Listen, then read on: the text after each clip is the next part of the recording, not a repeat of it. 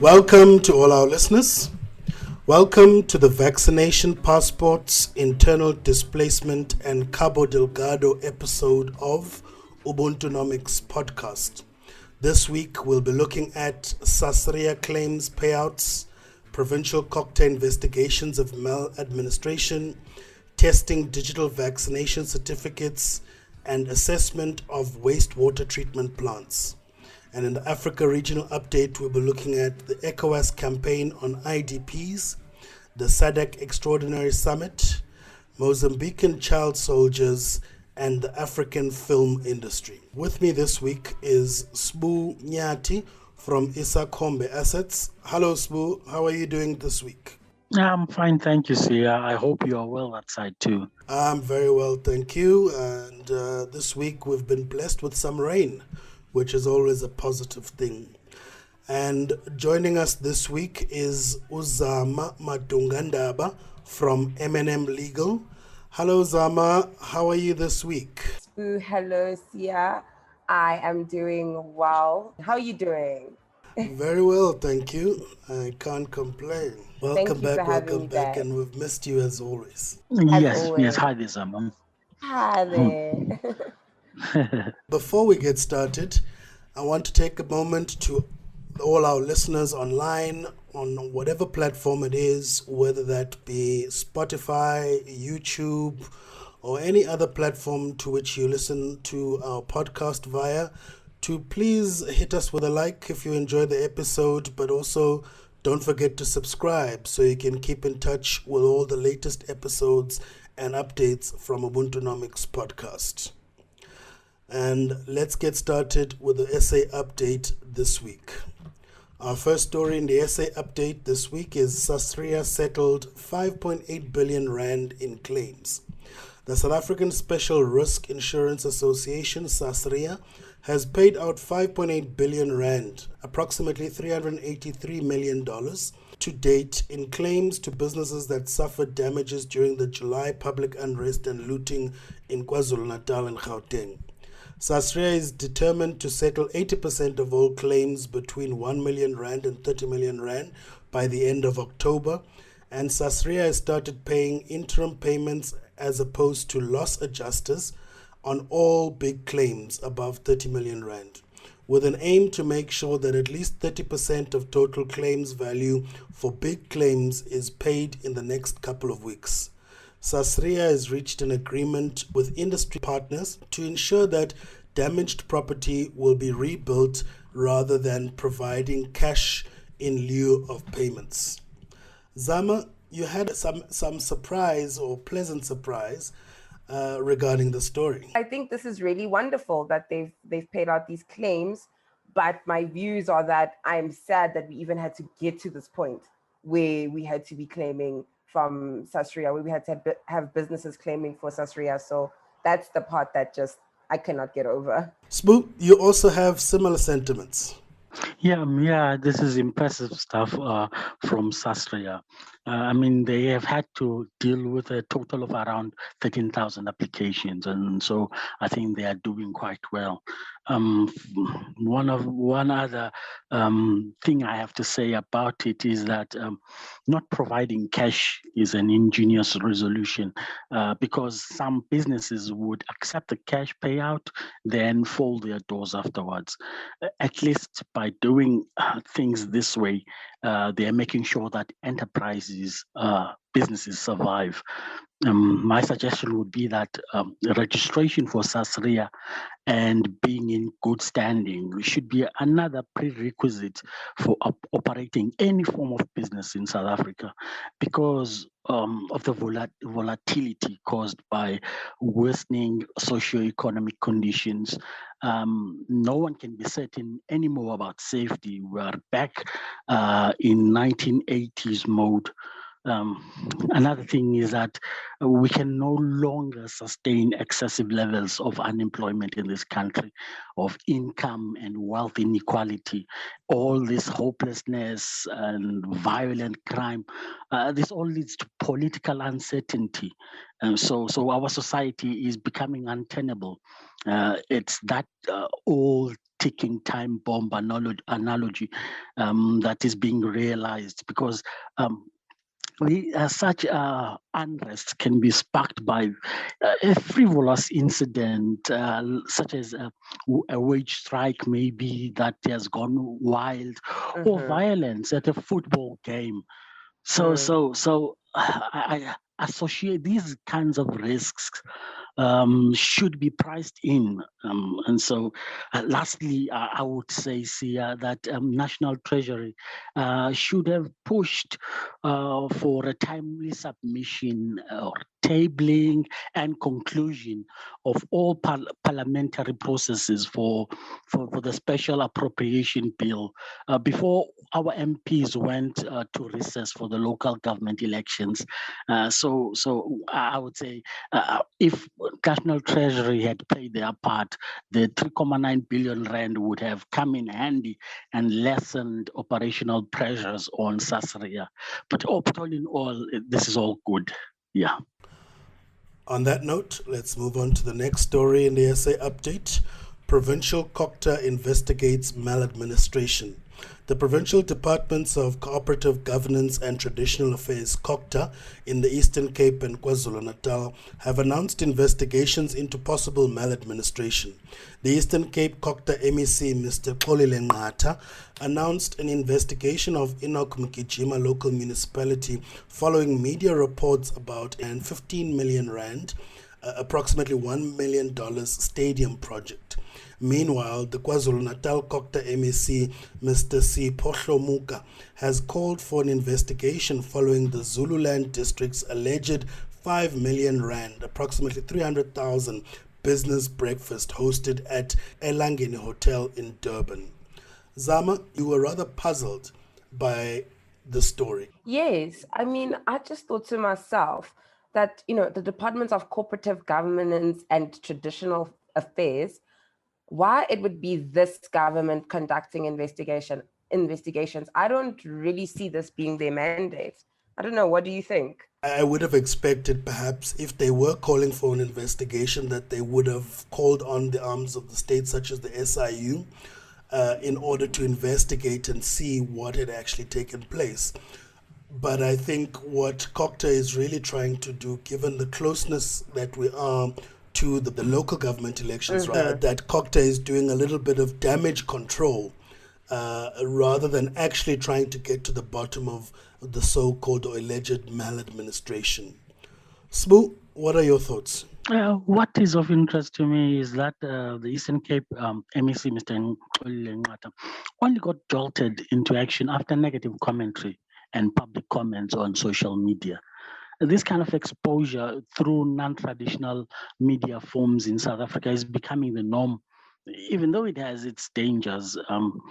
We now have COGTA promising to get all facts about the scope of works for the project and what has been delivered so far. Before budgets are approved, such intricacies are supposed to be carefully scrutinized and technical investigations need to be approved. Why was a geotechnical study not undertaken? It puzzles me. If the identified site was on hard rock for building the stadium and you needed to do blasting, why was the location not reconsidered, sort of like shifted from that position? So I don't even think that municipal councils are equipped technically, that is, to interrogate and approve some of the expenditure that has been incurred. So my opinion is that the much touted district development model should have an arm that is linked to sort of say the SIU that gets involved before the fact to scrutinize procurement processes and help align audit outcomes. Because you'll remember that the last Auditor General's report was that of the 357 municipalities, only about 27 got clean audits. So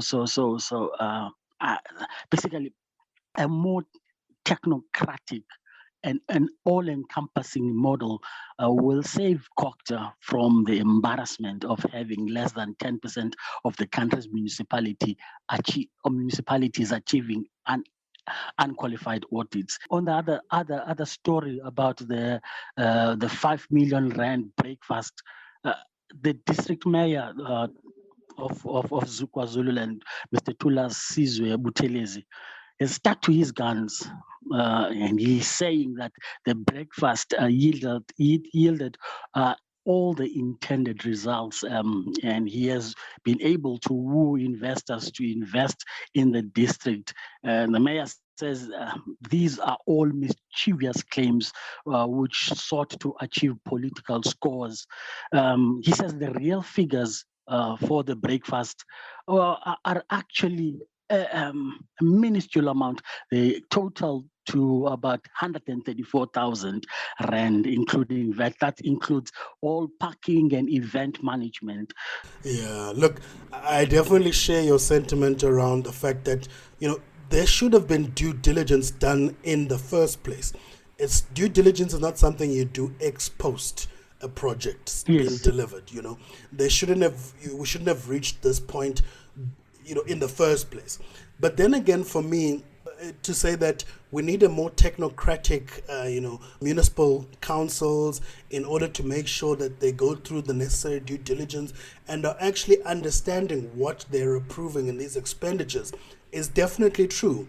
But obviously, this is going to be far-fetched in the reality we're in with COGTA deployment, particularly at the local government level, where actually we need a lot more technical skills than perhaps what you would need at a national government level, where the only kind of where there's limited scope for poor governance leading to negative outcomes because of the checks and balances on policy that happen at Parliament, etc., and the process of policy development at national level.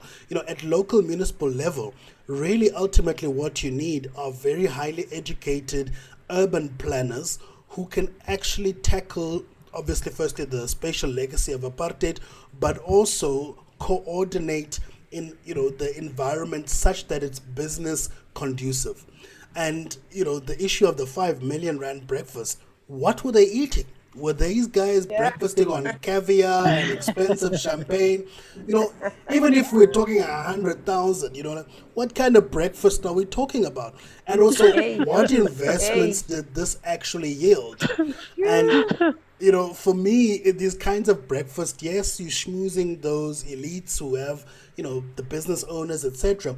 But typically, you never yield tangible outcomes. It's mainly promises that you can't actually bank on. And for me, this whole saga highlights the fact that the president's ticket, or his campaign ticket, being that he's cleaning up, it's a new dawn, getting rid of corruption, is actually smoke and mirrors. Because one would think that with all the current prosecutions taking place at a national level, that this would have led to some level of fear, or at least hesitation, at a local level in terms of further corruption. Clearly, that's not the case. And it shows to me that, the president's ticket and his cleanup campaign is actually not reaching all levels, and it may be a surface level issue, and that it's not actually going down to the point where we need it most, which is at local government level, where the issues are really bread and butter issues, and we cannot be dealing with further corruption. So for me, that's really what this story highlights. On that note, let's move on to the next story, the SA update, the DOH testing digital vaccination certificates. The Department of Health, DOH, is currently testing the South African COVID-19 vaccine certificate system portal, which went live on Tuesday. The system will allow users to create a QR code showing the COVID-19 inoculation status and will be available to adults who are fully vaccinated. The digital pass system could be used to show vaccination status to facilitate travel, access to establishments, gatherings, and other forms of activities. Zama, you had a few concerns and questions regarding this and the allocation of funds. So this topic is obviously quite a hot topic with everything what's going on. And, you know, there's a view that very soon, no one will essentially be able to go anywhere if they're not vaccinated. So when you want to go into a mall, hey, where's your vaccination certificate? When you want to go to a restaurant, hey, show us your vaccination certificate. So it appears, you know, there's even labor relations issues arising due to the vaccination of employees becoming compulsory. So it appears that companies are allowed to make vaccination mandatory. However, an employee may be able to apply to be exempt from mandatory exemption for religious reasons. So this appears to be the only reason so far that someone could apply to be exempt. So my views are essentially around the trend that this is going. I mean, I'm thinking, why would we need an online portal for vaccines? Before the COVID pandemic, there's other, you know, vaccines that have been taken with travel and all sorts, where you basically just need your card. You know, you just need your card, whether it's a yellow card or whatever type of card that just confirms that you are vaccinated. So why do we need to have an online portal? I think, to me, it sounds like a waste of state resources on my end. I think we should be using this money to improve other online services, such as UIF, which takes forever, Home Affairs to make it more efficient, education. Shouldn't we be looking at getting, you know, some of our education to be online, given this pandemic? But instead, we're looking at a vaccination portal. I think it's a misallocation of funds, in my opinion. I don't know what you think. Sure. Well, I think on the issue of why we need an electronic system, I think the major concern has been around corruption, or the fact that people will fake vaccinations, or that they'll be able to buy vaccination certificates.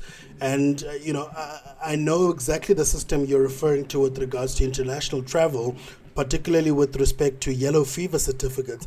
And as someone who's even traveled, particularly on the land borders in the country and in the region, on the continent, you can always get these for as little as 10 Rand, 15 Rand at the border without actually taking the inoculations that are required. And I guess they're trying to close those loopholes or trying to close those gaps. But then again, we've been quite slow on the mark here, because other countries, for example, you might remember a couple of months back, I was in Cote d'Ivoire, and their system is completely electronic. From you actually booking for a COVID-19 test, it's all centralized, electronic, to you even getting your results, etc.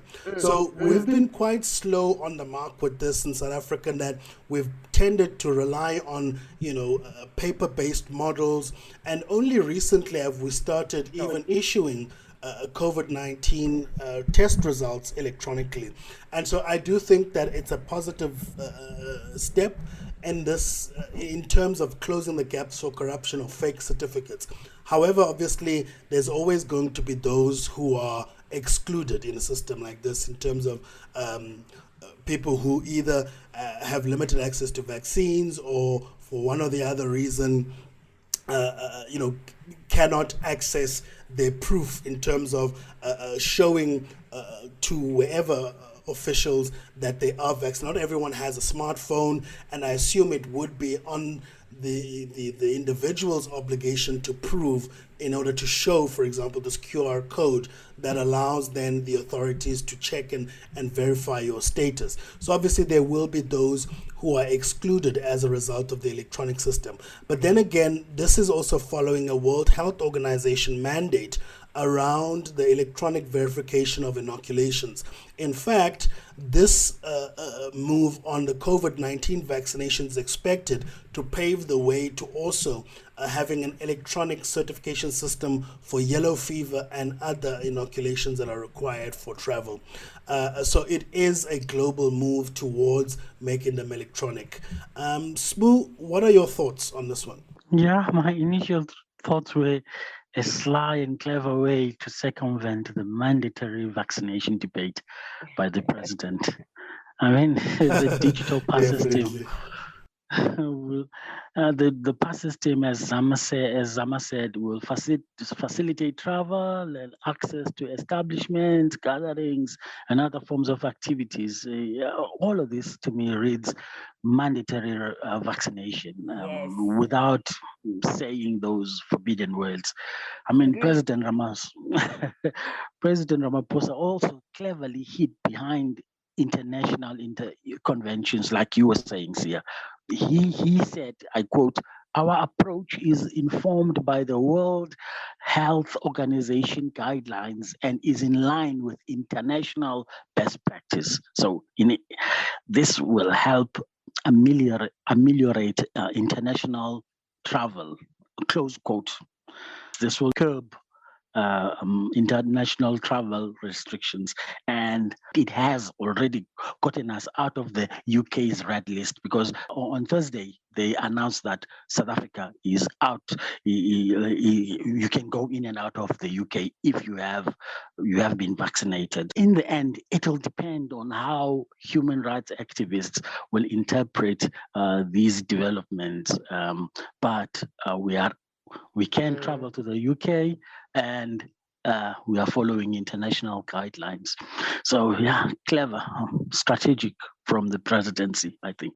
I think I definitely agree with you on that one. I think he's trying to sidestep the compulsory vaccination order.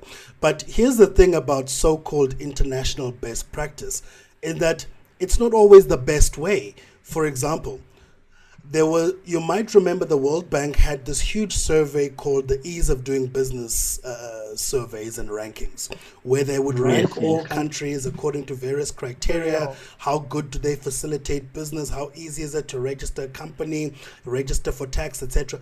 And they found out that this was actually a global scandal, where countries were actually paying off the World Bank in order to be ranked better, such as China, where some countries were actually being manipulated to influence their policies based on this so-called ease of doing business rankings, which has since been abandoned, and the World Bank has had to cancel the rankings as a result of this whole scandal that was unearthed. So I know as a country, South Africa likes this thing of we're just implementing international best practice, but it's not always the best thing to do, as is the case with, for example, the issue I make of the World Bank ease of doing business rankings, which in many cases has become sort of a national policy for economic development. If you look at countries like Rwanda, the core of the economic development plan was to rank themselves as high as possible in these ease of doing business rankings. And they've always touted the fact that Rwanda, at least in East Africa, is among the top ranked African countries. And where does that leave them now that everybody's decided to abandon this ranking system based on the international scandal or fraud that's been unearthed? So it is a warning. Although it sometimes is good to implement international best practice, it's not always the best decision. On that note, that brings us to our last story in the SA update. DWS assesses wastewater treatment plants. The Department of Water and Sanitation, DWS, has begun assessing wastewater treatment plants in several municipalities across South Africa. This follows the relaunch of the Blue and Green Drop certification programs, which are aimed at ensuring excellent drinking water and wastewater quality management. The last Green Drop and Blue Drop reports were published in 2013 and 2014 respectively, but the DWS is currently undertaking a full Green Drop audit and Blue Drop partial assessment.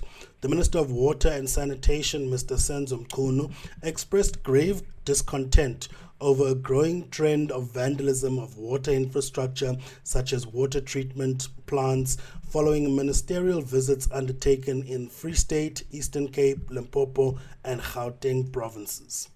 Zama, what are your thoughts on this one? I think this is wonderful that we're taking these steps. However, I think that our government should be looking a little bit further ahead when it comes to issues of water and wastewater management. So if we think back about 2 years ago, Cape Town suffered a drought and everyone was up in arms. And then other provinces like the Eastern Cape have been suffering droughts for a long time in South Africa, as well as other northern parts of the country as well, also have an issue with water. So wastewater treatment plants are a great start, but I think given the state of our environment with issues such as climate change and global warming, more emphasis needs to be placed on the expensive exercise of desalination. The world's population continues to grow, and as such, so will the water needs of the population. So it appears that Earth is about 97% water, and only 1.3% of this water can actually be consumed by humans.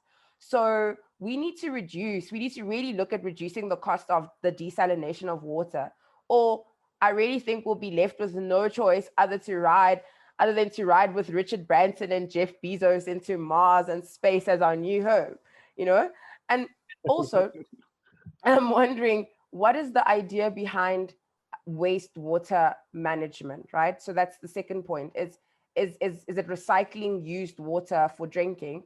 And then thirdly, the last point is South Africa has some of the cleanest water in Africa, in my understanding. So what issues are we trying to address? As I'm not sure South Africa suffers from this, the same issues that are seen in Greater Africa, like cholera and other waterborne diseases.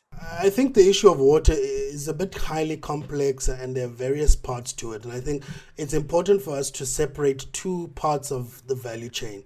One being the supply of water and bulk storage, which is the issues that you have raised, that we have not been investing and maintaining our infrastructure, and that's led to water shortages, etc. But the issue of wastewater now speaks to the challenge that you highlighted on recycling of water. So the issue with wastewater treatment is that we also haven't been investing in this, and this is the other part of the water cycle, which is now to take water through this life cycle and recycle it to whatever ultimate use, whether it's brown water, which is used for irrigation or any other non-consumptive use, or not for the consumption of humans. And this speaks now to issues of the industrial use of water and the role of industry in the value chain of water, but more particularly is the issue of municipal capacity in terms of wastewater treatment. And my understanding of the problem at the municipal level is that it's twofold. It's an issue of technical skills, as well as an issue of being able to bank and finance infrastructure investment in water. So I think these are issues that we need to deal with in a multi-pronged approach, and I don't think that investigating the facilities in order to document the level of water quality. The last assessment was done in 2013-2014. Surely there are findings there, and I don't think that things have improved since then. But what are we doing to actually deal with the findings that we made in 2013 and 14? For me, that seems to be much more important than the continued assessment.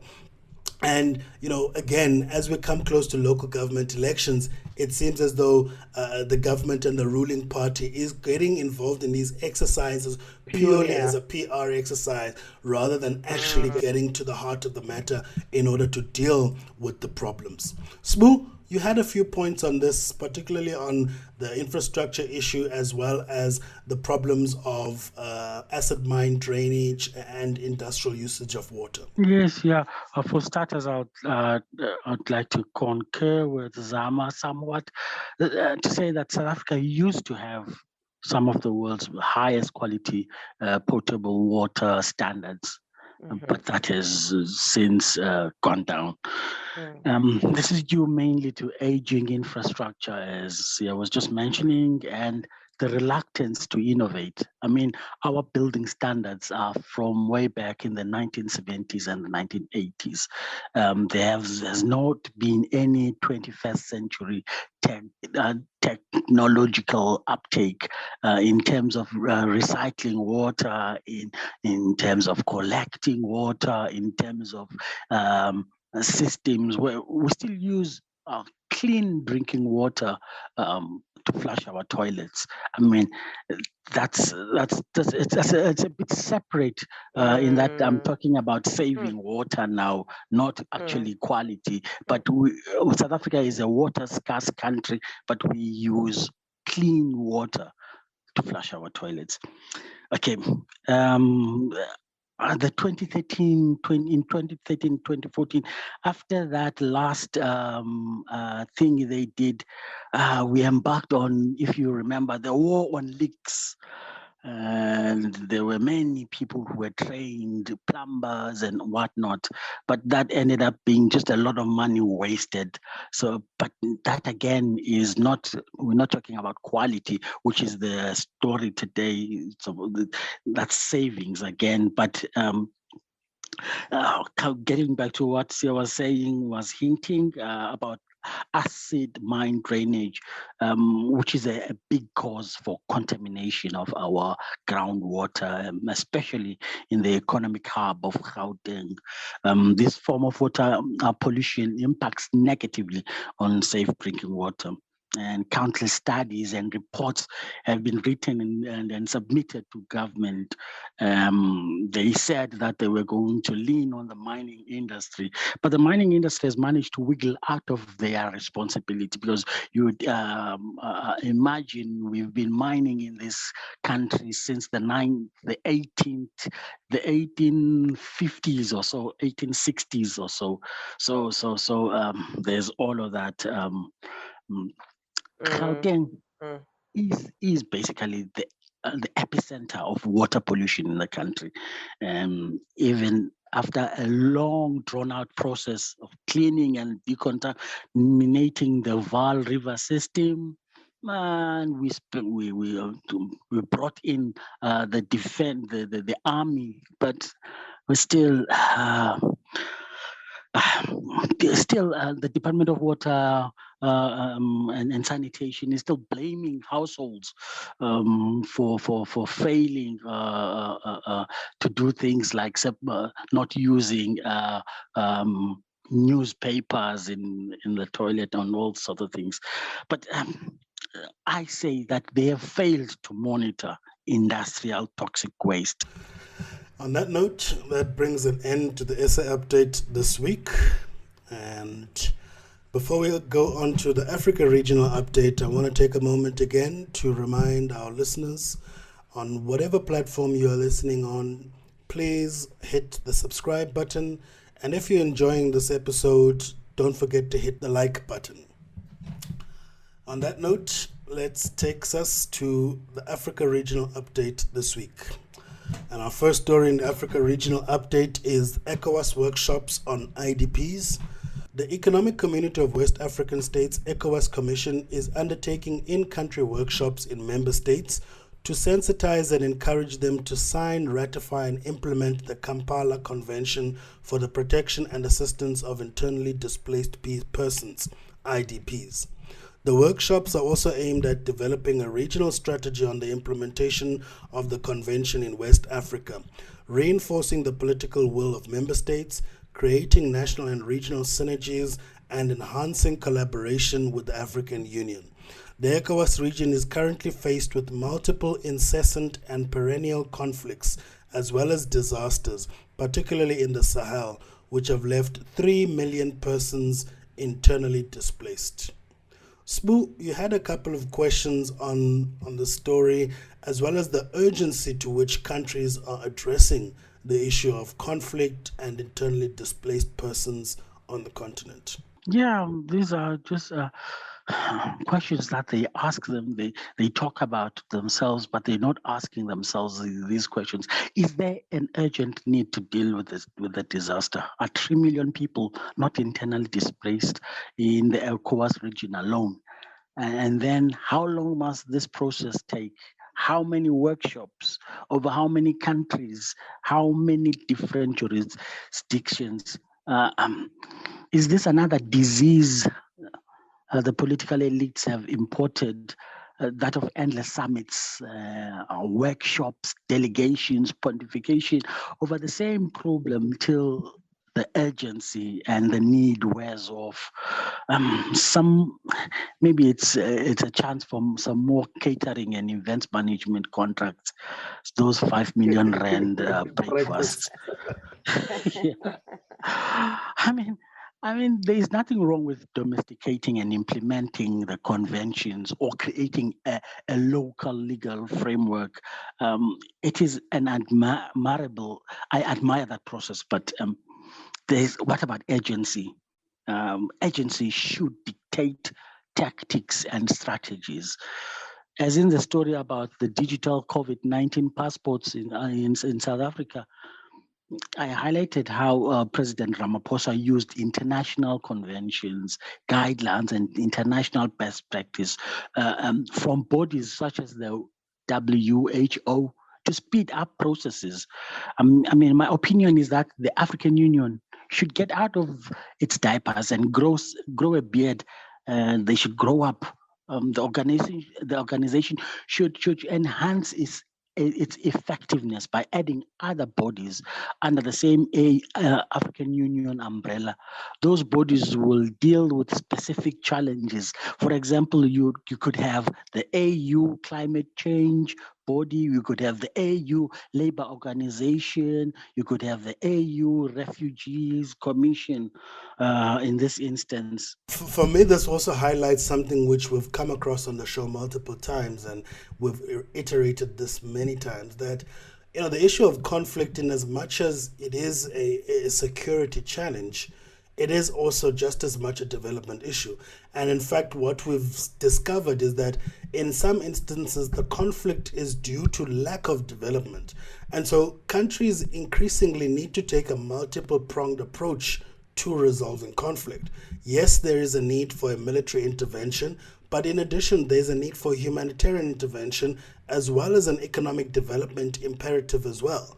And so I guess what this highlights for me is that we need to approach all these conflicts from that point of view, that we need a multi-pronged approach to deal with these conflicts. Zama, what is your view on this one? For me, on my side, I thought, it's a positive development, but obviously considering some of Spoo's views, I completely understand where he's coming from.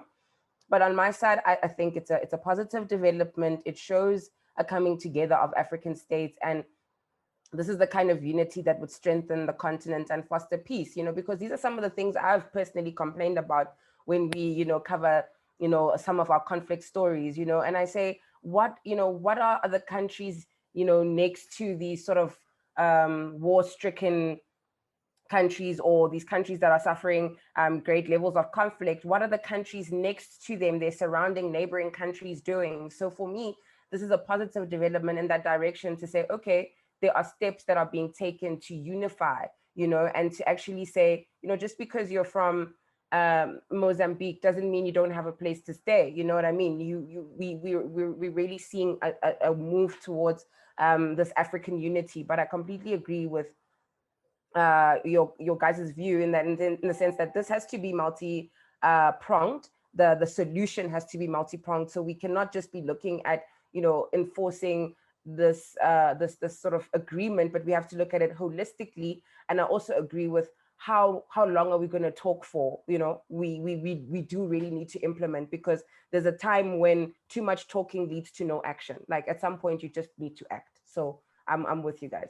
On that note, that brings us to our next story, the SADC Extraordinary Summit. The Southern African Development Community SADC organ troika of heads of state and government plus the Republic of Mozambique held an extraordinary summit in Pretoria, South Africa. The summit received a progress report on the regional coordination mechanisms operation in the SADC mission in Mozambique, SAMIM, and commended the SAMIM leadership and their troops for the achievements made since their deployment in July 2021. Summit also approved the extension of the SAMIM to continue with offensive operations against terrorists and violent extremists in Cabo Delgado. The aim is to create a conducive environment for resettlement of the population and facilitate humanitarian assistance operations and sustainable development. Zama, what are your thoughts on this one?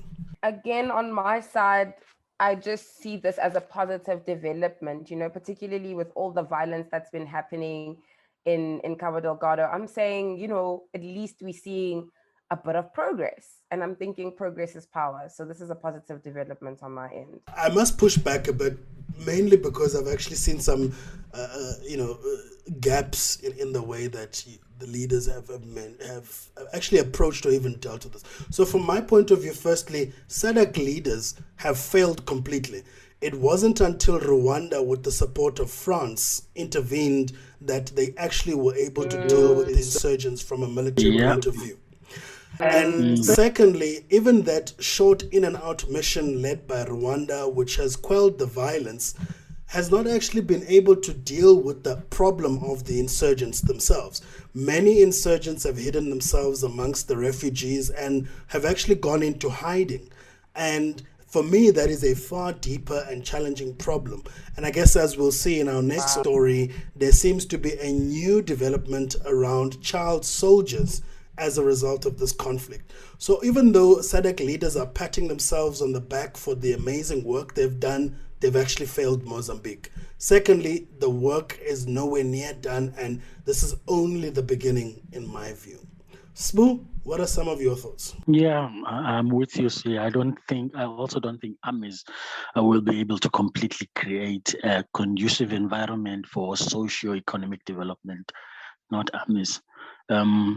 Maybe momentary peace, as you were saying. These guys have gone to the bush. Maybe there'll be that momentarily. There will be some peace and some security, but much more is needed. I'm thinking some kind of like a Marshall Plan. I'm actually thinking South Africa has failed SADC. South Africa is the most industrialized country on the continent, but South Africa is not leading SADC, and we keep on thinking we have to be like other. We are not like Malawi. We are not a Zambia. We are South Africa, and these guys look up to us.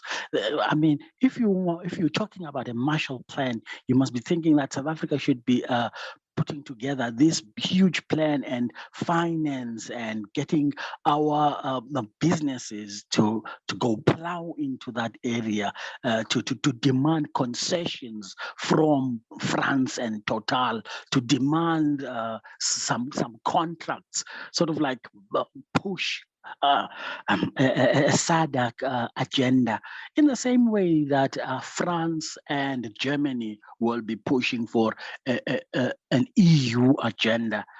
They will spearhead. They don't take themselves to be of the same size or same stature as sort of like a Belarus. I'm just making an example. I know Belarus is not part of the EU, or they're not as like Italy or Spain. I mean, South Africa should act. I mean, even the government of Mozambique and their venture partners, France, they must come up with plans for de-risking.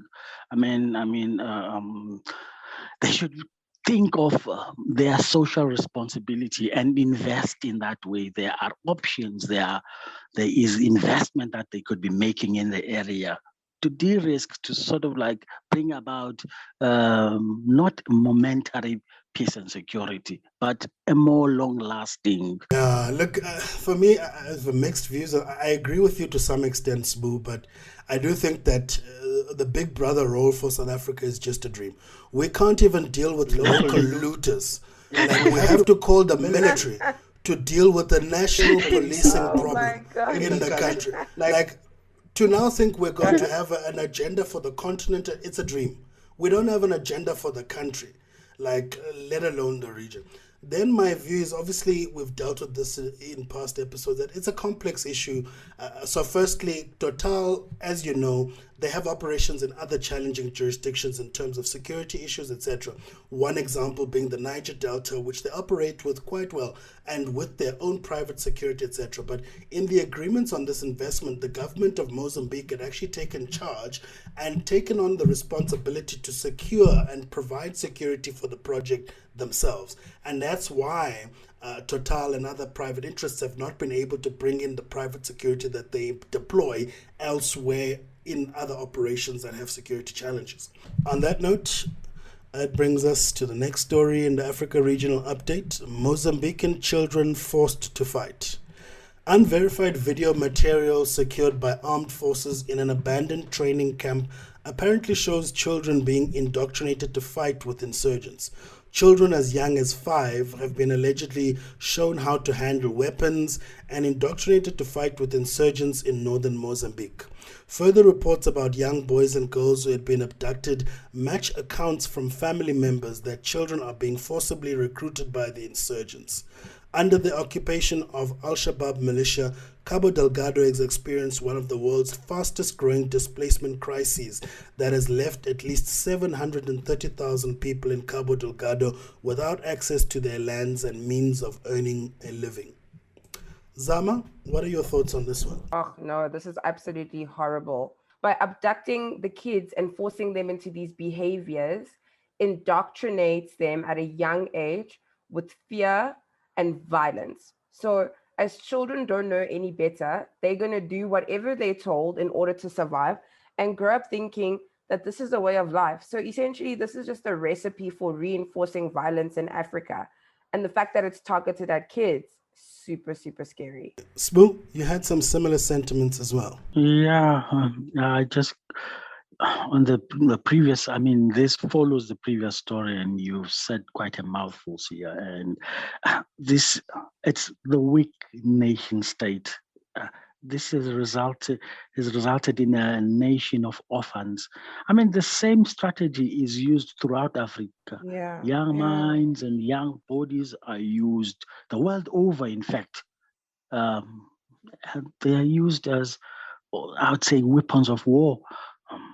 The shadows under which these insurgents also operate, those shadows make it possible and almost acceptable. I mean, those kids, some of those kids see nothing wrong with what they are doing, I assume.